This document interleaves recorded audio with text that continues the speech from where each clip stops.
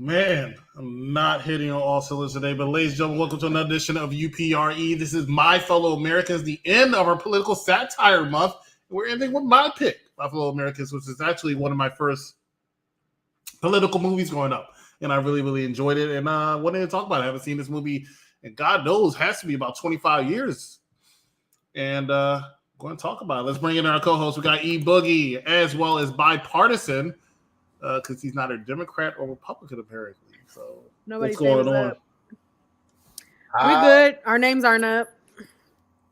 How you doing? How you doing? He's sleepy. I'll take care of that.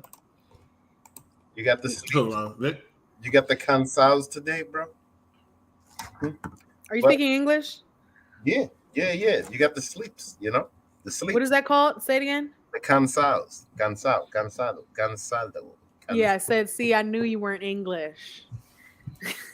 Oh, no, bloody hell. I wasn't born in You weren't born in Italy. Italy. We're excited about this movie. I certainly am. This is I was just saying in the pre-show, this is such a good film to end this month on.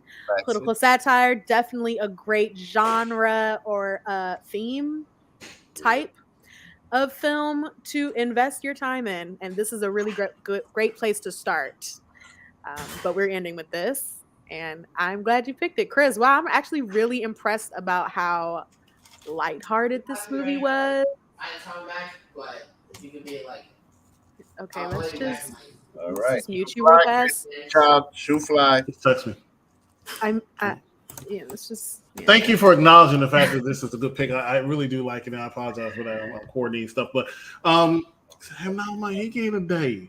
But what was on my A game is I loved this movie. I thought it told the right amount of jokes. I thought it shed a very good light on the disdain people have when it comes to America and the politics, the political atmosphere when it comes to America, with the right amount of humor. And they have the perfect two people to play this movie. I mean, I'm a big fan of both these gentlemen, one from Grumpy Old Men and the other guy from a movie called Maverick, where he used to play the title character in the TV show back in the day. But I mean, both of those are like some great movies of mine, and I know a lot of youngsters out there not going to appreciate it, but I do encourage you to watch it. But I really, from the beginning to the end, I really enjoyed this movie. And if I actually had time to make an intro, Macarena would have been playing. Yes, that would have been awesome. E, would you have done the Macarena? I have done it before. I wouldn't do it as of this year. Hey, Macarena. But I would have backed that ass up. Back that ass up was in 2003. Hey. That don't matter. Now there's the Macarena. That was 8 years later. I would have, but I still would have backed that ass up. I don't need a song to tell me how to do it. Oh, no. Nah, you know what she would have been doing? She would have been doing Doodle Brown. Doodle Brown. Hey, that video. Is this the video with that? Is this the same video where he's swimming? He got a cigar in his mouth. He's swimming between all these ladies' legs. Oh yeah. That part kind of turned me on as a child. Sorry. That was wild. Cotton candy, sweet as gold. Let me see a Tootsie Roll. That's Tootsie Roll. You guys, the year this movie came out, I won a dance contest. Can you imagine that? Nice. That is awesome. That's how you know. That's just how you know. Okay. I'm not going to say what you know, because you should already know. But this movie old, okay? It is old. But it's star-studded.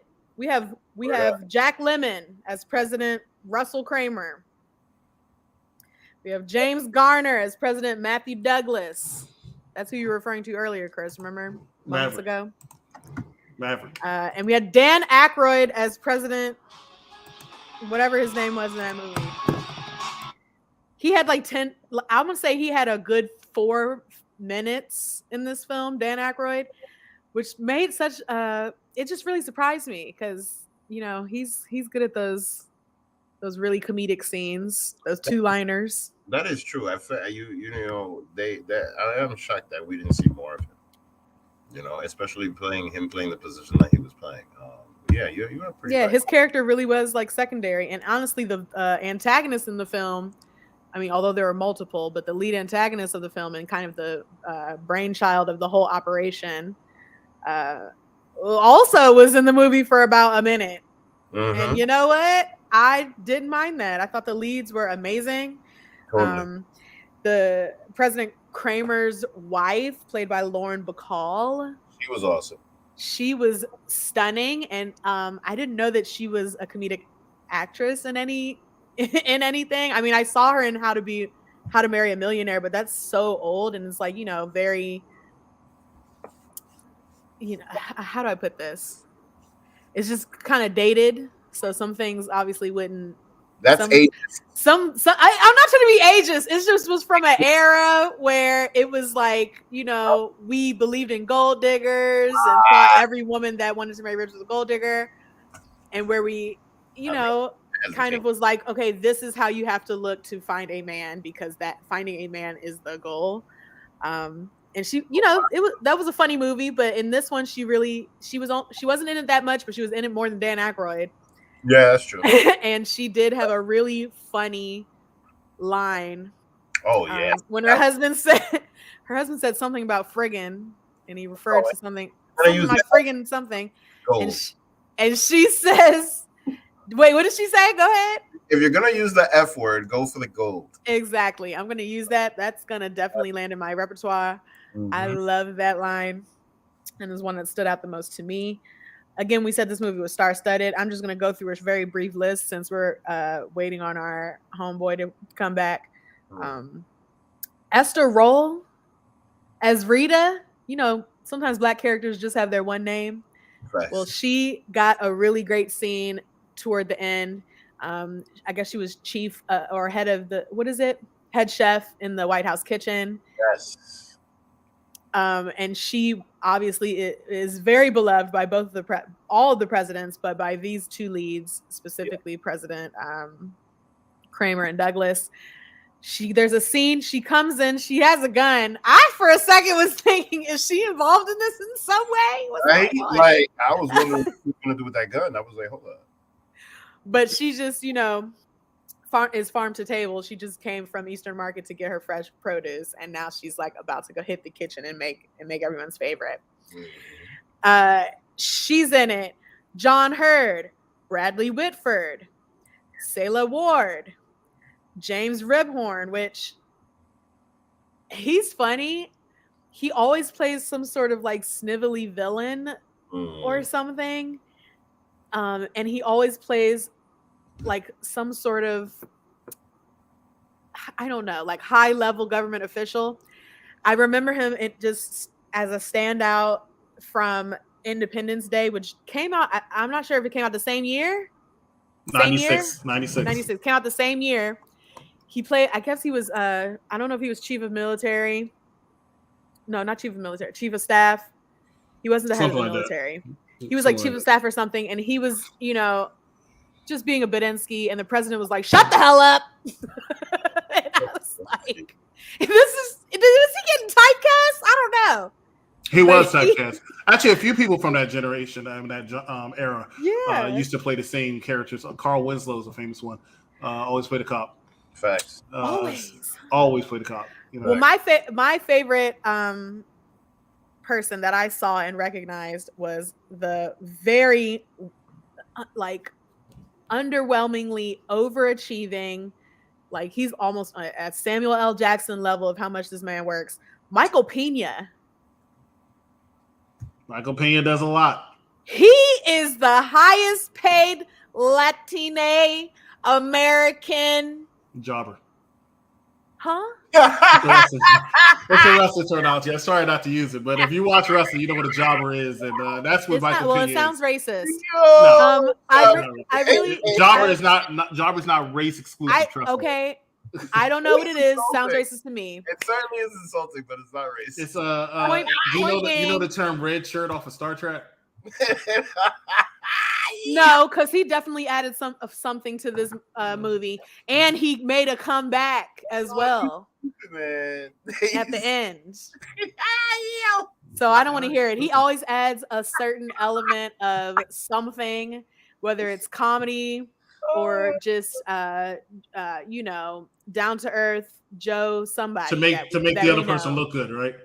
Not necessarily to make the other person look good, because he's in Ant-Man, he played somebody like super intelligent, right? To make Ant-Man not to make him look good, but to aid in the main Okay. character's Hey, plan. It's not making him look good, because Paul Rudd was super schlubby and like a slob in that movie. Okay, so don't try to downplay Michael Pena. He's the hardest working man in showbiz. I give him credit. He's the hardest working Latinx man in showbiz. Latina. I don't know what we're saying these days, but yeah, we're gonna give him his props because he's got one of them decades-long careers in Hollywood. Clearly. So would you call? Well, no, Samuel L. Jackson. He had to work his way up, but don't you dare come for people who work. How many movies have you watched where Michael Pena got top billing? Where he got top billing? I'm gonna say one. Top billing? What do you count as top billing? Like the bigger font size in the credits, where they say higher up in the credits, New Line Cinema presents. Come on, when is New Line Cinema even still a thing? I'm just using that. New Line Cinema presents Arnold Schwarzenegger, Terminator. Don't do this. How many movies have you seen? New Line Cinema presents Michael Pena, The Brooklyn Brawler. Listen, I'm not about to downplay his talents. I'm not downplaying his based talents. on some studio who wasn't able to see how much he had to contribute, but they damn sure do exploit him because he'd be all up in the trailers. Okay. Oh, and in this movie, he was very representative of a whole demographic of who I like to refer to as Americans, because they're definitely South American, but they're trying to, make their way here. And he represented immigrants. Warner Brothers presents Jack Nicholson, Michael Keaton, his Batman. Was cool. I thought his representation. I just never saw Michael Pena's name before the title of a movie. I mean, we're just now getting a small demographic of Latin American people in the industry at those higher executive levels. So maybe you should write a letter. Maybe you should write a letter. Okay. You feel that strongly about it? I'm not saying I feel strong. I'm just saying you're strongly trying to diss. I'm not. You're making it seem like I'm dissing. You trying to diss him? You trying to diss him when you really want to kiss him? So why don't you chill? Not really. No. Yeah, kiss the ring. Charmaine, you know what? You would agree with Chris. No, don't do that. Don't do that. I don't fault you for that. The other day, when I missed that episode, you said thumbs up because I wasn't here. You almost got inboxed off of that. Don't do that. Off what? She gave a thumbs up to the show because I wasn't here. I'm glad Chris isn't here. I read those comments. I watched. I didn't say I'm glad Chris isn't here. You did, and Charmaine did. Charmaine. But she agrees with you today, so why don't you let it go? When I'm on the air, when I'm off air, she's talking that yakety yak. She's a free woman. This is a free country. Ever since supposedly 1865. Not since 1865. Let's be clear. Yeah, let's say supposedly. Vic? Well, I mean, actually, it's since Juneteenth. So, it's a couple years ago. Well, actually, it was I don't think it even. Everybody knew. I think there were enslaved people of the diaspora, the Black diaspora, African diaspora, and at least 2 more years after. Oh no! At least 2 more years after the Emancipation Proclamation. And arrested people and put them in chain gangs and just kept the whole thing going. And people like literal enslavement, not sharecropping, not imprisoning, like literal. You are my slave. I whip you. Oh, you mean people still being chattel? Oh yeah. Yes, but years after the Emancipation Proclamation. Excuse me. Point being, this movie did have at least some representation from 2 demographics of the global majority, is how I refer to American minorities these days. LGBTQ community also. I think I said it right. I'm pretty sure none of the people that played homosexuals on this movie were actually homosexuals in real life. Probably not, but I'm just saying. Maybe no. I mean, you never know. You never know, but I'm pretty sure. A lot of people there. They could have been. Those girls could have actually been dykes. You know what I mean? That guy. Well, the guy. Who knows? So you can't say that. I mean, no. I'm just saying. They could have. That's what I'm saying. That was good to reference that point. Let's change our language. Did they not have a biker thing saying biker dykes or something like that? The fact that you said it again. No, but I'm just saying. Like, accurate. I love it. That's what was in the movie. I love it. And not to conflate United States racism or global racism against people of African heritage with LGBT issues. But if I was white and said, didn't they say the N-word? Wouldn't you come to DC and pop me upside the head? Just don't do that, you know? It's a dirty word for you to leave your mouth. It's dirty. Unless you are part of that community. You know what I'm saying? No, that's the crazy thing. That's hard to keep up with. Dirty wine. No, I'm pretty sure it's well known. Like, I think about 15 years ago, that was an No, yeah. I mean, it still would have its. Like, there's a lot of words like there'd still be a pause, but yeah, like, pregnant pause. Like, I remember when we saw Paris is Burning, right? That Chris, say that one more time. When we saw, no, how you said it. Dirty wine. See, that's racism, guys. Not what Vic is doing. Not what Vic is doing. It's Chris. He Boogie loves a lot of isms, racism, sexism, you know, like a lot of isms out of him. That's crazy. He ism. It's racism. The ISM of you. Vic is just a man of his era. Chris is just. Vic and I are a year apart. What are you talking about? Yo? Like, we're a year apart. His era is my era. Oh, did you see? I'm not mad. In this movie, like, that's fine. I'm just saying. Did I see who? No, I'm just saying. Like, Paris is Burning in the '80s. Those words were thrown around everywhere, and everybody was comfortable with it. And now, you know, I mean, I understand why. You know, you know what I'm saying? But it's just hard to keep up. What's hard to keep up with is like what specific words social cues make people feel bad. Like, for example, look, the whole thing make people feel bad or are rooted in a history of oppression. I mean, like, for example, like, but the thing is that this country is nothing but generalization. Everybody just picks and chooses and puts you in whatever fucking box you're supposed to put in. And that's at the end of the day. That's I'm not offended. I just hope that know. No, but the reality of the situation. When this video resurfaces, everyone hears that I tried. Everybody puts you in a box, but the thing with that is just that, like, all right, what I'm trying to say is that if you don't know what offends people, it's hard to keep up with. What about when someone tells you literally? Never heard of. You know what I mean? Like, for example, like, there's people that come from other parts of the world.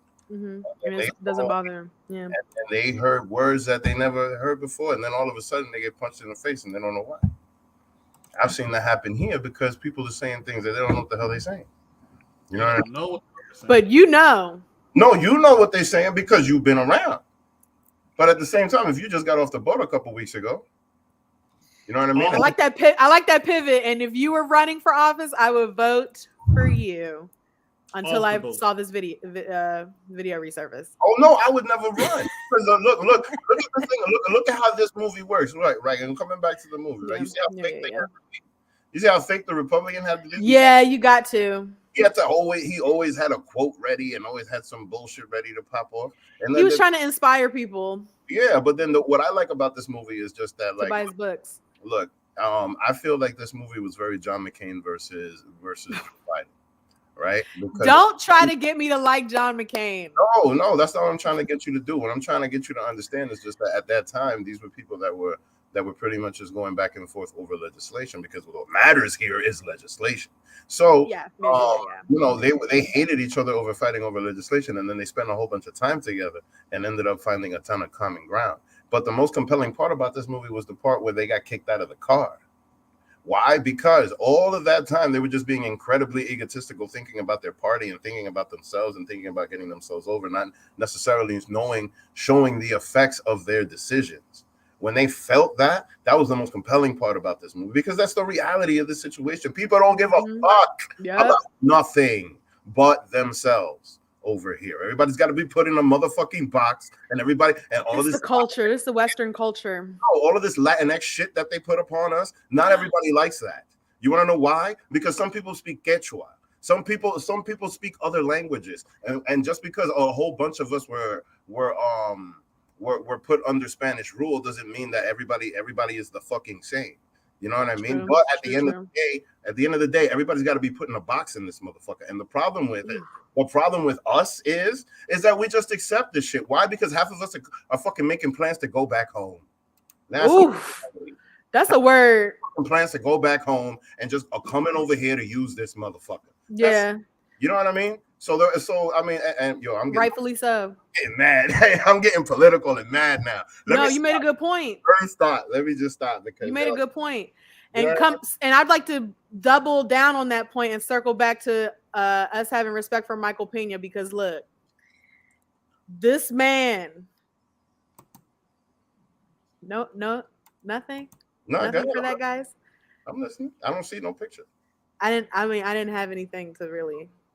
I just wanted to circle back to the fact that Michael Pena is a prime example. The reason why I was laughing is because, like, yo, Chris is right. He's always like, second fiddle. The guy's hilarious. The guy gets put in a bunch of shit, so I agree with you with that. But I liked him in Tower Heist. He ain't no Tom Cruise. Like, he ain't no George Lopez. You know what I'm saying? That's because we're not That's because people of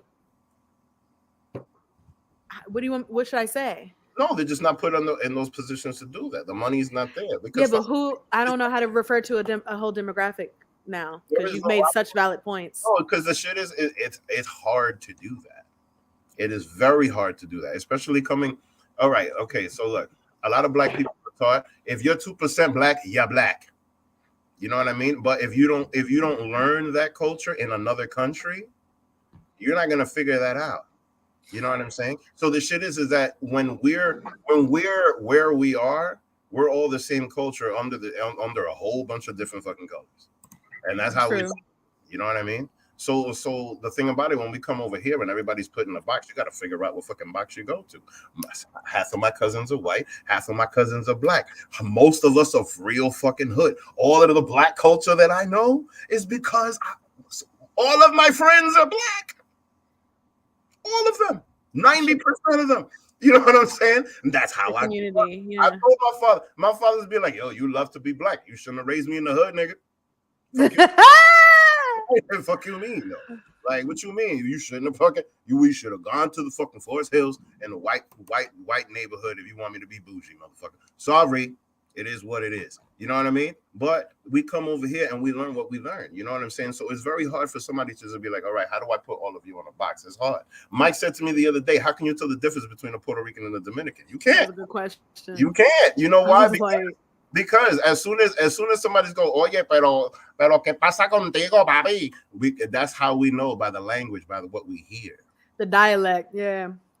That's the thing. Anyway, we're getting off the movies. I'm talking too much. Oh, we've been off the movie. No, because this movie touched on immigration. No, we were touching on Michael Pena for some reason. No, but mind you, it touched on a lot though. This movie, it did.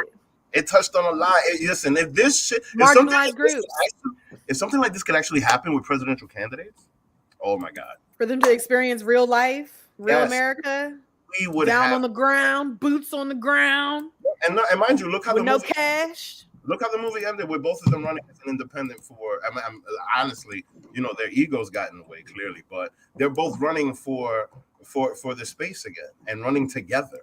People that like hated each other. Can you imagine if Obama and Trump all of a sudden were just running around the country like needed help from people? And you have more likely of a chance of it being Obama and George Bush. I understand that. That's a conversation for another time. Ladies and gentlemen, we're going to take a quick commercial break. When we come back, we'll talk our final thoughts and thumbs up and down. Stay with us. You're watching Unpopular Review. Coming up on Tuesday, we are going to be reviewing the second part of Mission Impossible franchise, Mission Impossible 2. The worst See a one. whole lot of explosions during the Matrix era of Mission Impossible. Mission Impossible 2 coming up this Tuesday at 9 p.m. It's the worst one.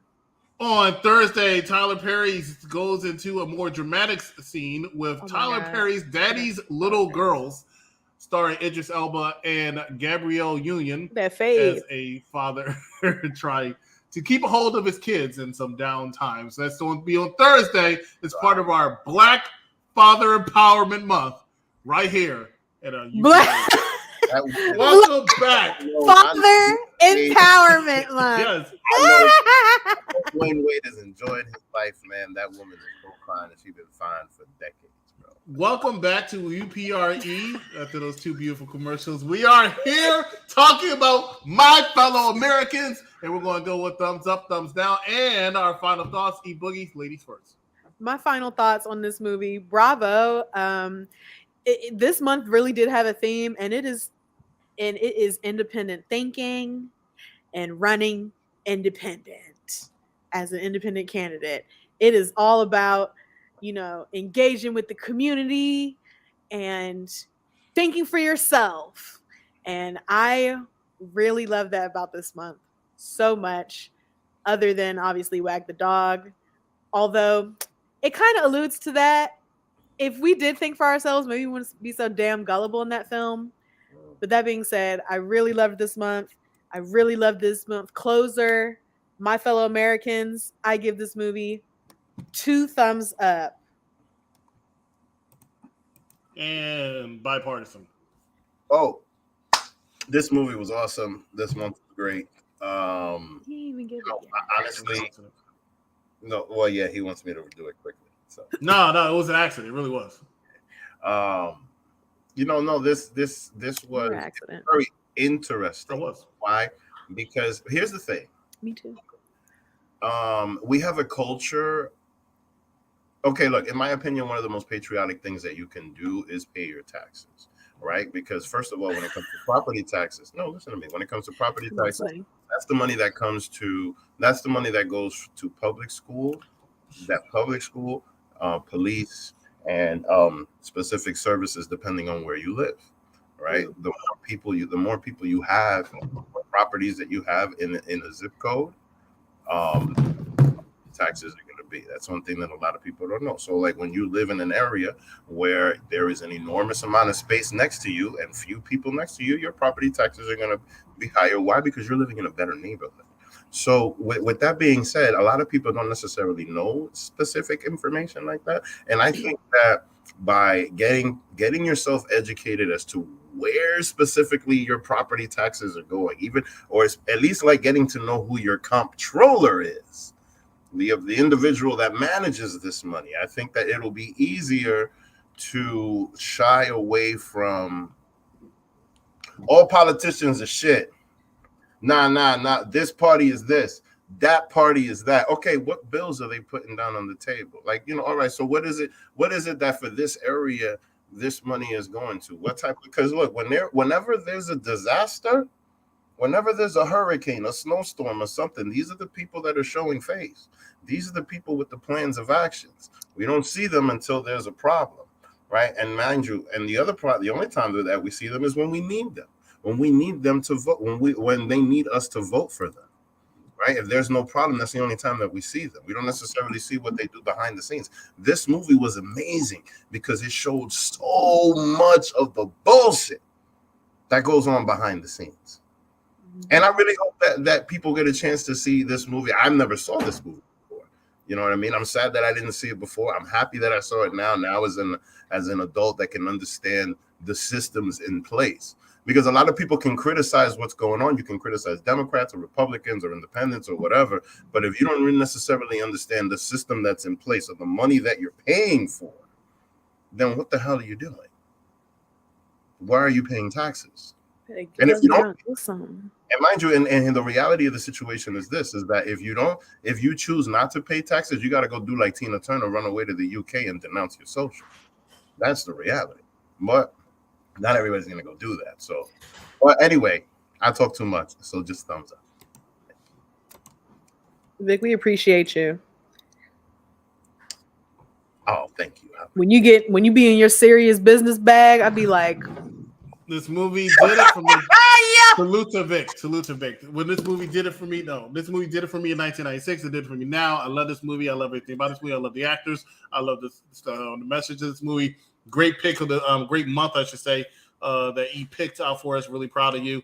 And next month, Black Father Empowerment Movement. Ladies and gentlemen, make sure that you join us next Tuesday for Mission Impossible 2 and next Thursday for Daddy's Little Girl, for E-Boogie, for Tom Bipartisan. Cruise. I'm the executive consultant. Strong Black Dad. Next time, right here on Unpopular Review.